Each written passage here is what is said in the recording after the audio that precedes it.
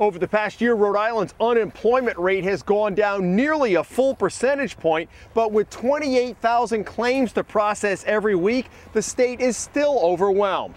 Well, this week we talked to the owner of an East Providence company who says difficulty getting through to unemployment is affecting his business. A total rehab of the hardwoods at this house in Barrington is welcome work for American Floors of Riverside. Time of the year, the type of jobs we do are in people's houses, so obviously around Christmas time when the tree goes up, they don't want us here anymore. Owner Keith Daly winds up laying off some of his employees depending on the seasonal workload. I lay my guys off at that time, and if there's a week's worth, we pick up a job, I'll call them in and they'll complain. They don't want to come back in because once they come back in, they're off unemployment. And then to get back on unemployment, they have to call and they just can't get through. So, you know, they'd rather stay laid off than work that week. So. And how does that affect you then? If you call them, there's a hesitancy to come in? Well, I told one guy, I said, well, you know, you do what you got to do, but you're not going to be able to collect because I'll tell them you refused to come in, and I forced them to come in. And that's part of unemployment. If work's available, you got to come in. They have to come in. Charlie Fogarty, director of the Department of Labor and Training, which handles unemployment insurance claims, says his program is funded entirely by federal money. And when the feds cut $3 million last summer, it forced Fogarty to lay off 51 of the 150 people employed at DLT. We were having, difficulty maintaining good customer service even at the best of times, but obviously having that occur all at once had a big impact. It was kind of like a torpedo to the bow. So DLT has had to adjust to try and keep up with the workload, including a major push toward getting people to ditch the phone and use the internet. In fact, 3/4 of all claims now come in online. Our goal is to make it as easy as possible for people to get the benefits that they're entitled to. We want to be able to answer your call timely when you call in, but our goal is to have you not have to call in the first place. Is that one of the words you want to get out? It is. Get off the phone, get on the internet? If you're frustrated with the phone, the best way to do it is the internet, because you get a receipt, you know we've got it, we process them as quickly as they come in.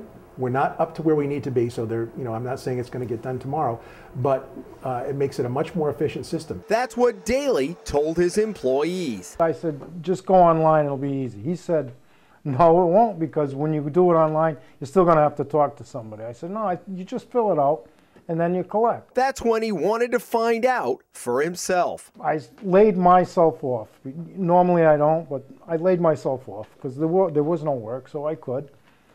So I did it online. I filled out all the forms, fine. Everything worked out fine.